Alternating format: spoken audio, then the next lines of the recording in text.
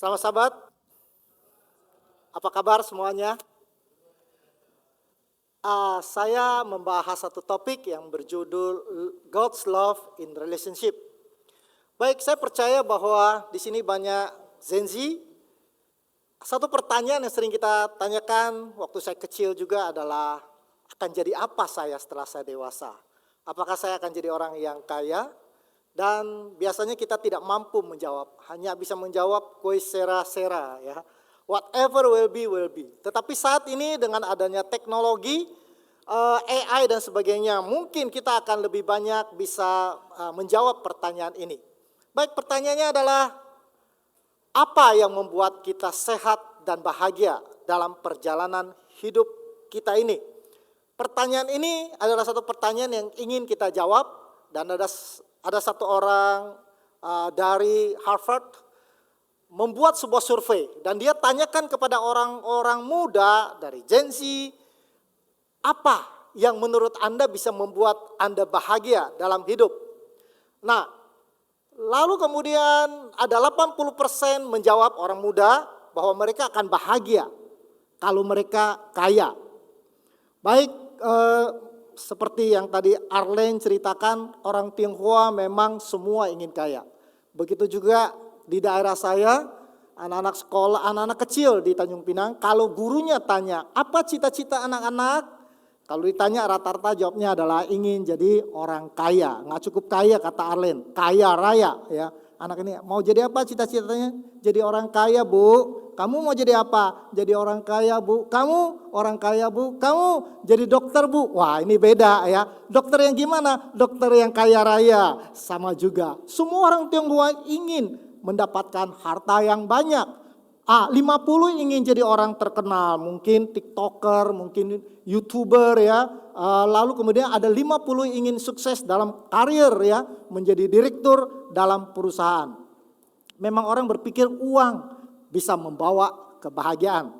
Teman saya yang kaya dia katakan memang uang tidak menjamin orang bahagia kalau sedikit ya, kalau banyak bisa bahagia. Memang banyak uang juga mungkin dalam hidup Anda akan menangis, tapi lebih baik menangis dalam mercy daripada di dalam bajai. Jadi uang tetap merupakan sesuatu yang orang cari. Ini membuat satu orang yang bernama Profesor Robert Waldinger, dia mempertanyakan sebetulnya apa sih what makes a good life. Dia adalah seorang profesor dari Harvard University, dan kemudian kalau Anda lihat di dalam, ini ada di dalam YouTube, sebuah TED Talk yang saat ini ditonton oleh 50 juta orang. Membicarakan satu topik yaitu what makes a good life. Jadi untuk menjawab pertanyaan ini di tahun 1938, Harvard membuat sebuah penelitian. Dan penelitian yang benar-benar sangat ajaib. Kenapa? Karena penelitian itu berlangsung selama 80 tahun. Belum pernah ada sebuah penelitian yang begitu lama. Kalau tidak kehabisan dana, orang yang meneliti barangkali sudah meninggal. Paling lama 5 tahun, ini 80 tahun. Hanya untuk menjawab sebuah pertanyaan. What makes a good life? Apa yang membuat kita bisa bahagia di dalam hidup ini? Nah, mereka merekrut 724 orang, lalu kemudian yang direkrut itu masih muda-muda, Gen Z ya. Lalu diamati hidup mereka. Mereka diberikan kuesioner, dipelajari keputusan-keputusan yang mereka buat dari pada saat usia mereka yang masih belasan sampai kepada usia 80 tahun. Diikuti terus-menerus. Direktur penelitian sudah ganti 3 kali. Dan ini adalah direktur yang terakhir. Dan masih diteliti, orang-orang itu didatangi. Kadang-kadang diberikan tes kesehatan, diwawancara anaknya, diwawancara istrinya, diperhatikan rumah tangganya. Hanya untuk menjawab satu pertanyaan, what makes a good life? Dan mereka rekrut, ada 2 kelompok yang mereka rekrut. Satu adalah dari Harvard College, yaitu mahasiswa pinter elit yang ada di Harvard. Lalu yang setengahnya lagi dia rekrut dari daerah kumuh di Boston. Anak-anak jalanan, yang miskin, mungkin pengguna narkoba, mereka bahkan di rumahnya tidak ada air panas, dan mereka sebagian juga diikutkan di dalam penelitian itu. Dan penelitian itu berjalan terus, dan ketika mereka sudah tua, maka ada di antara mereka yang jadi insinyur, ada yang jadi dokter, ada yang jadi satpam, ada yang jadi guru, bahkan satu menjadi presiden Amerika Serikat. Dan ada juga yang pengguna narkoba, ada yang ada gangguan mental dan sebagainya. Jadi ada yang up dan ada yang down. Sehingga setelah 75 tahun, mereka sudah tibanya membuat kesimpulan dari semua data yang telah mereka dapat dari mengevaluasi ke 724 orang itu. Dan ini perhatikan baik-baik. Dia katakan, ternyata yang membuat seseorang sehat dan bahagia bukanlah kekayaan, ketenaran, kerja keras. Ini bukan Alkitab yang mengatakan, bukan pendeta yang mengatakan. Ini dari penelitian Harvard ya. Dia kata, tetapi yang kami dapat dari studi selama 75 tahun ini, yang membuat seseorang bahagia, sehat dan bahagia adalah, saudara bisa tebak jawabannya? Ada yang mau coba tebak? Pak Jimmy? Kira-kira apa? Apa yang membuat Anda bahagia? Hah? Ada yang mau coba jawab? Kesehatan, terima kasih. Ada yang lain? Hah? Gembira. Ya, apa yang membuat orang gembira? Bersyukur. Oke, ada lagi? Hah? Pasangan hidup, luar biasa. Hampir benar. Jawabannya adalah a good relationship. Sebuah hubungan yang baik. 75 tahun meneliti 700 orang lebih hanya mendapatkan satu jawaban. A good relationship. Lebih jauh dia mengatakan bahwa orang yang lebih terhubung secara sosial ke keluarga, ke teman, ke komunitas, dalam hal ini mungkin gereja, mereka akan lebih bahagia, mereka secara fisik lebih sehat, dan hidup mereka lebih lama. Yaitu a good relationship. Bukan kolesterol Anda, bukan gula darah Anda, ya, tetapi sebuah hubungan yang baik. Dan sebaliknya dikatakan orang yang kesepian, ya, itu adalah orang yang punya resiko meninggal 30% lebih tinggi. Ini hasil penelitian ya, bukan penelitian dari selama 75 tahun ini. Lalu dia katakan punya efek kepada kesehatan merokok 15 batang rokok sehari. Ada yang merokok di sini? Saya yakin gak ada orang Advent merokok. Tapi kalau Anda kesepian, efeknya seperti merokok 15 batang. Lalu kemudian kadar stres Anda akan tinggi, Anda lebih mudah kena stroke, dan lebih mudah demensia. Hanya karena Anda kesepian. Jadi kalau Anda sedang sedih di dalam kamar, telepon pendeta, mungkin pendeta Sihotang bisa datang dan mendoakan. Datang ke gereja, orang yang sering ke gereja dikatakan lebih panjang umur. So sekarang kita tahu COVID membunuh banyak orang. Tetapi saya percaya bahwa bukan hanya COVID yang membunuh. Ketika seseorang sakit COVID, apa yang dilakukan? Dia dikarantina. Istrinya gak bisa membesuk dia, anaknya gak bisa datang, pendeta gak bisa doain. Dan dalam keadaan kesepian itu, dia lebih rentan dan kemudian meninggal. Itu sebabnya dalam penelitian itu, Pak Robert mengatakan, hubungan yang penuh kasih dengan pihak lain adalah rahasia kehidupan yang panjang, sehat, dan bahagia. Jadi hubungan yang seperti apa? Lalu dia katakan, misalnya hubungan suami istri, dia kasih contoh. Nah, hubungan suami istri bukanlah suami istri yang suka pamer foto mesra di Facebook, ya kelihatannya mesra sekali. Katanya itu bisa saja pencitraan. Tetapi yang dimaksud dengan mesra itu bukan suami istri tidak pernah berantem. Tetapi dikatakan adalah ketika si istri yakin bahwa ketika dia sedang dalam masalah, mungkin dia sakit keras, mungkin dia depresi, sang suami atau pasangannya tidak akan meninggalkan dia. Nah, pasangan yang demikian adalah pasangan yang akan bahagia, sehat di usia tuanya. Itu hasil penelitian. Dan Begitu juga hubungan di dalam persahabatan, ya, persahabatan. Dan satu lagi yang dipenting bahwa memang rumah tangga dikatakan pasangan Anda sangat menentukan kebahagiaan Anda.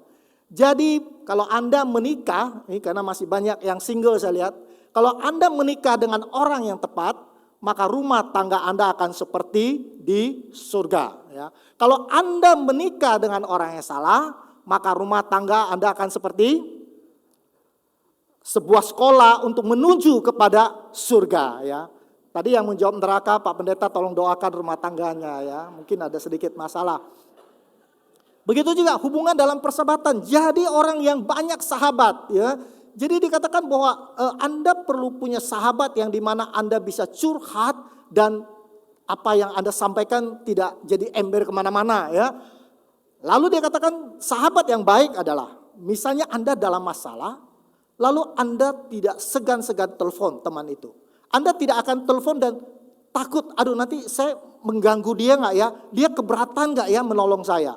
Misalnya saya dengan Arlen Jim, saya tidak akan pernah mikirin dia sedang apa. Kalau saya kesusahan saya telepon, saya yakin dia akan menolong saya. Itulah menurut penelitian itu. Dan yang ketiga komunitas, ya hubungan dalam komunitas.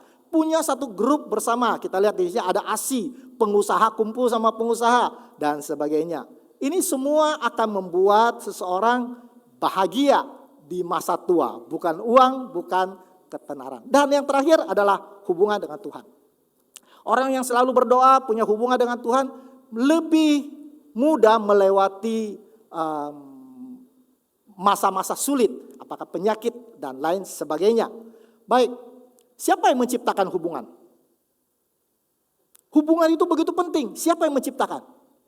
Tuhan, betul. Ya kita ingat pada awalnya Tuhan menciptakan Adam dari debu tanah, menghembuskan nafas hidup ke dalam hidungnya, demikianlah manusia menjadi makhluk yang hidup. Tuhan ingin punya satu hubungan yang baik dengan ciptaannya. Makanya waktu Tuhan menciptakan terang, Tuhan berfirman terang jadi. Menciptakan cakrawala, Tuhan berfirman cakrawala jadi. Tapi Tuhan tidak berfirman jadilah Adam. Tuhan ingin punya satu hubungan yang baik dengan Adam. Dia membentuk Adam mulai dari mata, hidung, mulut dengan mesra. Lalu kemudian meniupkan nafas hidup ke dalam lubang hidung Adam. Dan dia menjadi makhluk yang hidup. Suatu orang Tionghoa punya satu kata, orang Tionghoa suka uang. Tapi Anda tidak pernah melihat orang Tionghoa rumahnya ada tulisan uang di dalamnya ya. Terlalu vulgar. Inilah tulisan yang sering ditampilkan, yaitu Fu. Fu itu artinya blessing, kebahagiaan, itu dicari orang Tionghoa. Saudara tahu sangat menarik kata kebahagiaan itu kalau dipecah terdiri dari 4 radikal. Yaitu 1, kemudian mulut atau orang, lalu taman. Luar biasa, menggambarkan seperti seorang manusia di taman. Taman apa itu? Taman Eden ya. Tetapi ini kata 1 mulut di taman, 1 orang di taman bukan kebahagiaan. Bukan Adam mungkin punya di Taman Eden itu sungai yang sangat jernih, langit yang tidak ada debu yang sangat jernih juga. Mungkin airnya itu segar sekali. Buah-buahannya itu juga manis sekali. Tapi itu bukan sumber kebahagiaan dari Adam.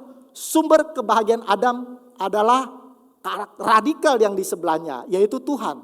Jadi Tuhan bersama dengan 1 orang di taman, itulah kebahagiaan bagi orang Tionghoa. Itulah kebahagiaan pada awalnya. Lalu kemudian Tuhan tidak cukup punya satu hubungan dengan manusia. Tuhan juga ingin manusia punya hubungan dengan manusia yang lain. Diciptakanlah Hawa sebagai penolong baginya yang sepandan dengan dia. Anda lihat kalau pernikahan selalu ada tulisan seperti ini. Ada 2 orang yang berdekatan. Itulah melambangkan hubungan. Karena hanya hubungan yang membuat manusia bisa bahagia. Lalu kemudian Hawa harus melahirkan anak. Kata baik dalam bahasa Mandarin itu adalah wanita dan anaknya. Itulah baik. Saudara tahu bahwa ketika seorang ibu hamil, maka mereka ada satu penelitian ibunya itu di-scan otaknya ketika dia punya anak.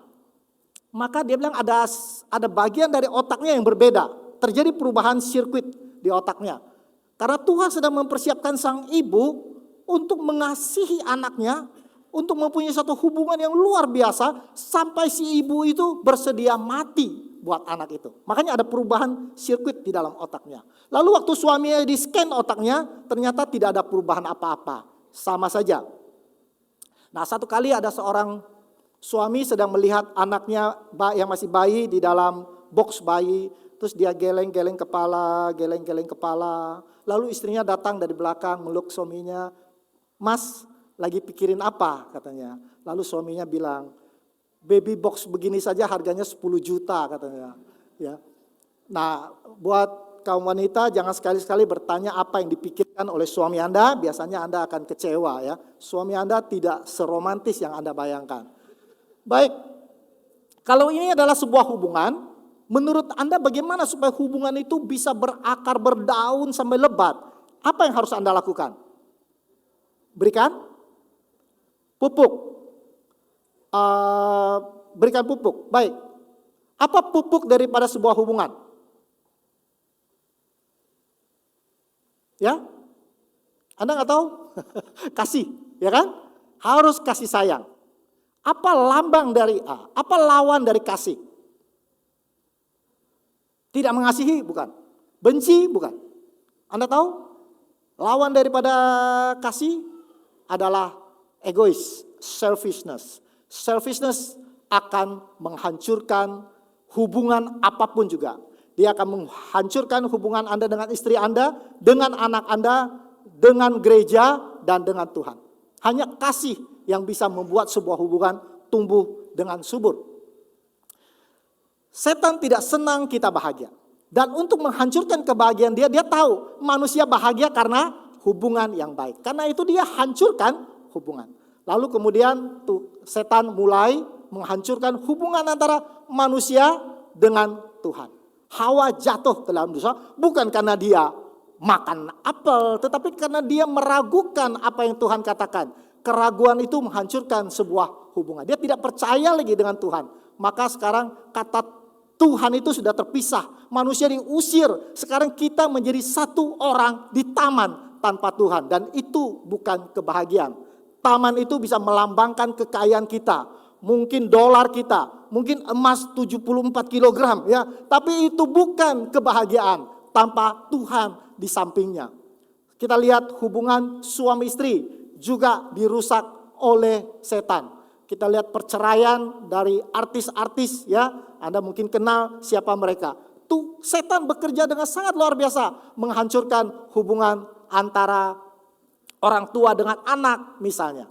Oleh karena itu Tuhan mengatakan saya harus melakukan sesuatu. Hubungan yang rusak ini harus direstorasi. Harus dipulihkan. Seluruh isi Alkitab sebetulnya adalah usaha Tuhan untuk memulihkan hubungan Tuhan dengan manusia. Satu kitab yang sangat luar biasa menurut saya yang membicarakan banyak hubungan yang direstorasi adalah kitab Lukas. Ya, walaupun seluruh isi Alkitab adalah mengenai restorasi hubungan. Di Lukas diceritakan anak yang hilang. Ya, itu adalah sebuah restorasi hubungan, bukan? Nah, saya ingin membawa kita untuk melihat sebuah hubungan yang direstorasi melalui satu kisah yang terjadi di kota Jeriko.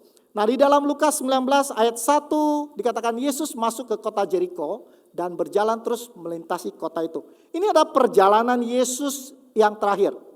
Minggu depannya dia akan disalibkan. Jeriko ini adalah satu kota, kalau Anda mendengar kata Jeriko, Anda ingat apa? Tembok Jeriko, ya betul, yang dihancurkan. Nah, Jeriko di zaman Yesus ini adalah sebuah kota yang banyak dikunjungi orang, agak panas di sana, orang banyak yang beristirahat di sana. Dan kota itu adalah kota yang sangat wangi ya. Dibilang the city of roses karena ada bunga mawar yang sangat wangi ya. Saya percaya bahwa setiap kota itu ada bau khasnya ya. Kalau Anda masuk ke Jeriko, Anda akan mencium bau wangi dari roses. Saya baru beberapa hari yang lalu dari Palembang. Palembang pulang ke Bekasi rumah saya. 12 jam saya bawa mobil. Melewati kota Lampung, lalu Jakarta, dan sampai di Bekasi. Kalau di Palembang apa yang Anda cium? Apa bau khas Palembang?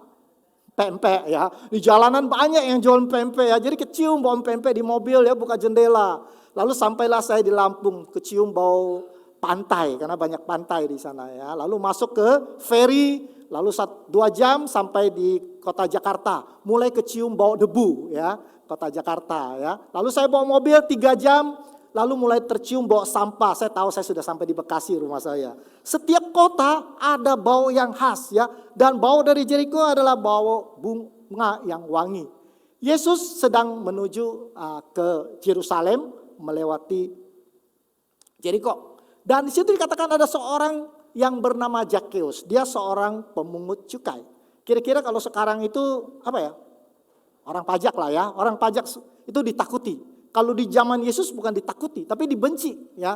Dianggap kelompok kriminal, pengkhianat, sekelas pelacur lah ya. Orang yang tidak bermoral, perampok, koruptor, pengkhianat bangsa.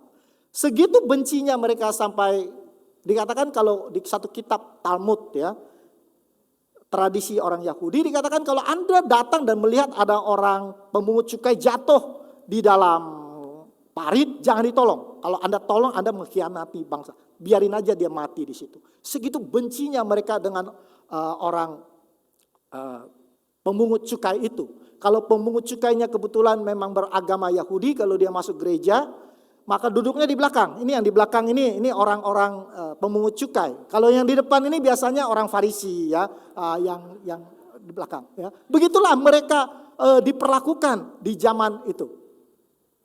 Dan orang benci kepada Yesus salah satu sebabnya adalah karena Yesus baik sama orang-orang yang dianggap orang berdosa oleh orang Yahudi. Yesus,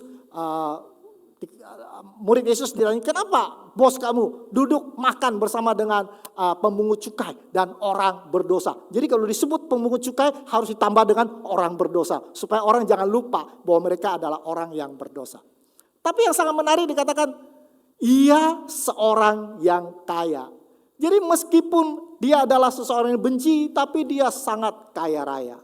Mobilnya mungkin mobil Jaguar ya, rumahnya bertingkat, kolam renang, dan kemudian mungkin iPhone-nya iPhone 18 ya. Cincinnya nggak kalah dengan Hotman Paris ya besarnya. Orang yang sangat kaya, tapi meskipun dia kaya, ada sesuatu yang kosong dalam hatinya. Dia adalah satu orang dengan taman, tetapi dia tidak memiliki Tuhan di sampingnya.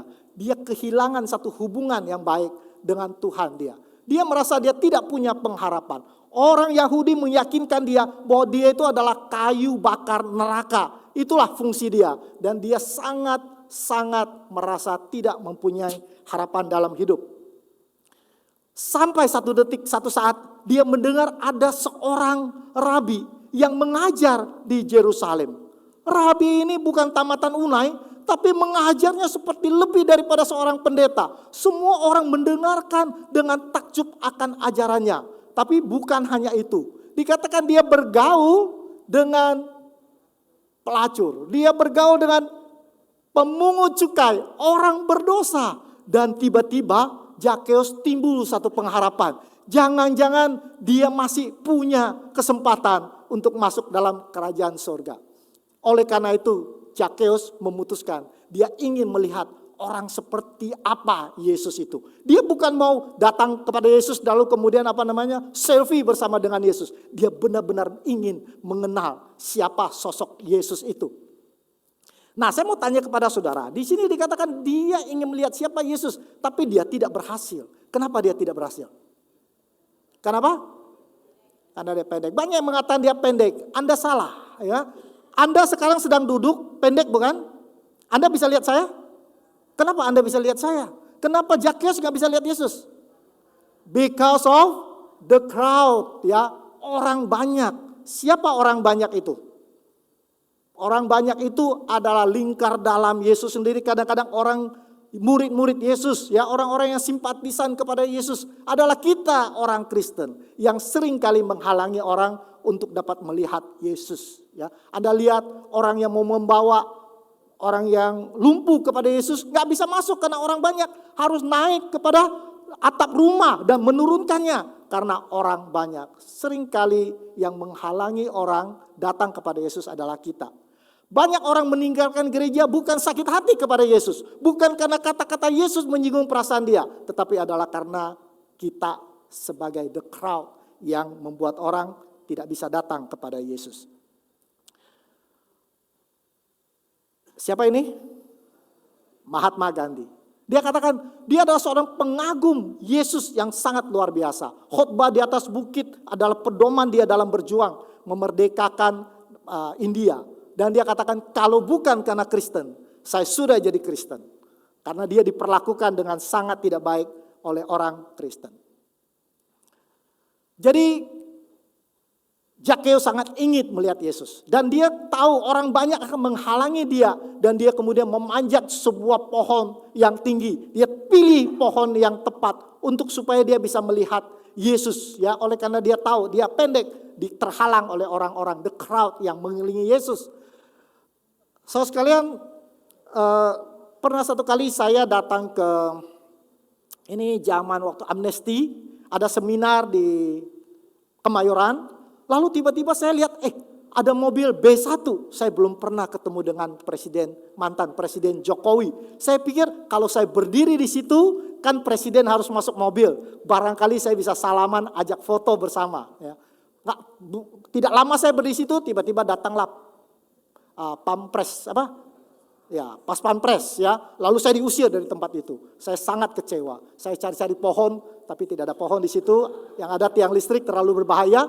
Jadi saya bergabung dengan orang-orang di pinggir situ yang di mana Presiden akan keluar dari pintu dan ada talinya, dan hanya di situ saya berharap bisa melihat Jokowi.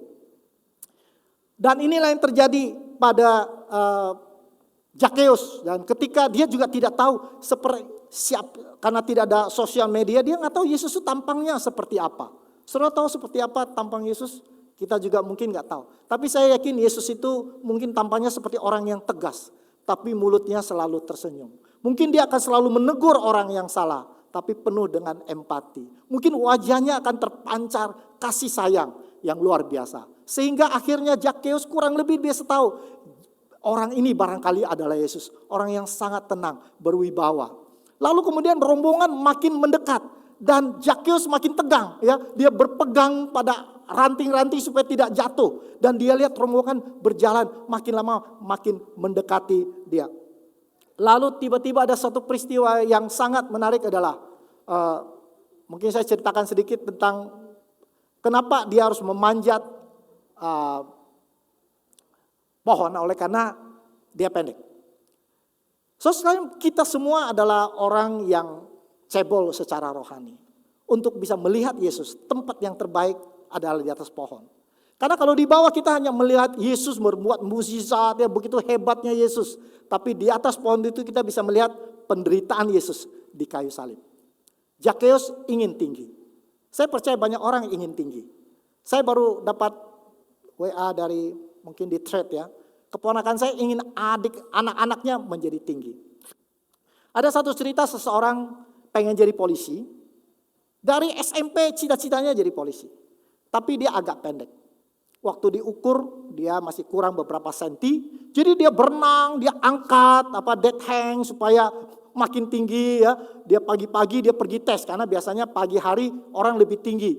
Dia berusaha untuk bagaimana supaya dia bisa jadi polisi, tapi dia agak kurang tinggi.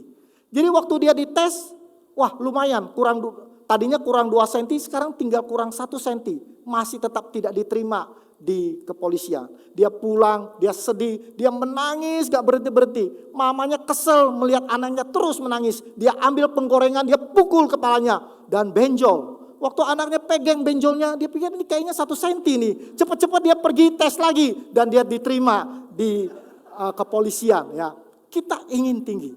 Banyak orang berusaha tinggi dengan memukul kakinya, mematahkan kakinya, tulangnya. Lalu kemudian ditarik supaya tulangnya bisa tumbuh lagi. Hanya untuk 1 senti. Zakheus ingin tinggi hanya untuk supaya dia bisa melihat Yesus. Dan ketika dia lihat rombongan makin dekat, dia makin tegang. Lalu kemudian tiba-tiba ada satu kejadian yang sangat membingungkan. Karena Yesus tiba-tiba berhenti. Satu rombongan ikut berhenti. Lalu Yesus meninggalkan rombongannya. Murid-muridnya juga bingung. Ini apa yang terjadi? Oh, mereka bikin, mungkin ada Bapak Wali Kota Jericho datang. Ada gubernur yang datang. Ada Kapolda yang ada di situ. Mau menyambut Yesus. Mungkin ada. Tapi Yesus melewati gubernur, wali kota, Kapolda, dan menuju ke pohon di mana Zakheus berada. Zakheus makin tegang. Dia pikir mungkin Yesus datang untuk mengusir dia karena dia memanjat pohon, mengganggu penglihatan. Mungkin Yesus mau marahin dia. Tapi kemudian Yesus datang dan melihat ke atas. Dan Yesus mengatakan, memanggil dia. Dia katakan, Zakheus, segeralah turun. Sebab hari ini aku harus menumpang di rumahmu. So sekalian, saya tidak tahu apa yang terjadi dengan Zakheus saat itu ketika Yesus memanggil namanya. Saya membayangkan mungkin kalau saya ada di rombongan orang yang melihat, menunggu Jokowi keluar. Lalu tiba-tiba Presiden Jokowi keluar dari pintu. Lalu kemudian memanggil saya, Edi Nurhan, apa kabar? Saya pikir saya juga akan pingsan di situ. Dan betul, saya percaya bahwa saat itu waktu Yesus memanggil nama Zakheus, dia terjatuh. Saking kagetnya. Mungkin Anda bilang di mana Alkitab tulis dia terjatuh. Karena kalau Anda baca ayat berikutnya dikatakan Zakheus berdiri. Kalau dia turun baik-baik kan gak perlu berdiri kan. Mungkin dia jatuh saking kagetnya dan dia berdiri. So sekalian yang sangat menarik. Saya tidak tahu apakah saya memperhatikan adalah. Yesus tidak datang ke tempat itu dan mengatakan, hei, yang ada di atas pohon, turun. Bapak yang di atas pohon, turun. Atau dia tidak mengatakan, hei, orang berdosa, turun. So sekalian, Yesus panggil nama Zakheus. Orang Yahudi tidak akan pernah mau menyebut nama Zakheus. Karena nama Zakheus itu artinya adalah yang murni, yang suci. Tidak pantas seorang yang berdosa menyandang nama yang suci. Memanggil Zakheus dengan nama seperti sesuatu yang sangat aneh. Orang berdosa kok dipanggil yang suci. Dia tidak pernah panggil itu. Tetapi Yesus memanggil namanya Zakheus. Aku akan menumpang di rumahmu. Barangkali sebelum Yesus mengatakan itu sudah banyak orang kaya yang datang menawarkan rumah untuk Yesus. Dan Yesus tidak terima. Dan Yesus mau tinggal di rumah seorang yang berdosa. Waktu saya tinggal 5 menit. So sekalian saya memikirkan bahwa cerita ini sangat baik untuk dibagikan. Tapi sesungguhnya setelah saya membaca cerita ini saya merasa saya adalah Zakheus itu. Mungkin saudara juga adalah Zakheus. Yang satu masa hubungan saudara dengan Tuhan dirusak oleh setan. Saya tidak tahu oleh karena apa. Oleh dosa kesayangan kita. Saya ingin saudara membayangkan kalau Yesus datang hari ini ke tempat ini. Mungkin dia akan di sini duduk ketua UNI, barangkali ada gubernur DKI, mungkin ada Kapolda, dan Yesus masuk dari sini, dia akan melewati mereka satu persatu dan datang kepada saudara dan memanggil nama saudara. Arlen Jim, aku ingin masuk ke dalam hatimu. Tuhan ingin memperbaiki hubungan, restorasi hubungan kita yang dirusak oleh setan. Kalau itu yang terjadi, biarlah saudara mengatakan seperti yang Zakheus katakan. Dia katakan, setengah dari milikku akan kuberikan kepada orang miskin. Dan sekiranya ada sesuatu yang kuperas dari mereka, akan kukembalikan 4 kali lipat. Apa yang Zakheus mau sampaikan adalah segala sesuatu yang dia anggap berharga dalam hidupnya. Seperti tadi Arlen Jim katakan. Kini dia sudah kehilangan, hatinya sudah tidak ada lagi di dalam hartanya. Karena hatinya telah diisi oleh kasih Kristus. Saudara, apa sebenarnya yang terjadi pada peristiwa ini? Sebuah hubungan telah dipulihkan. Saya berdoa semoga hubungan saudara dengan Tuhan juga dipulihkan pada saat ini. Tuhan memberkati.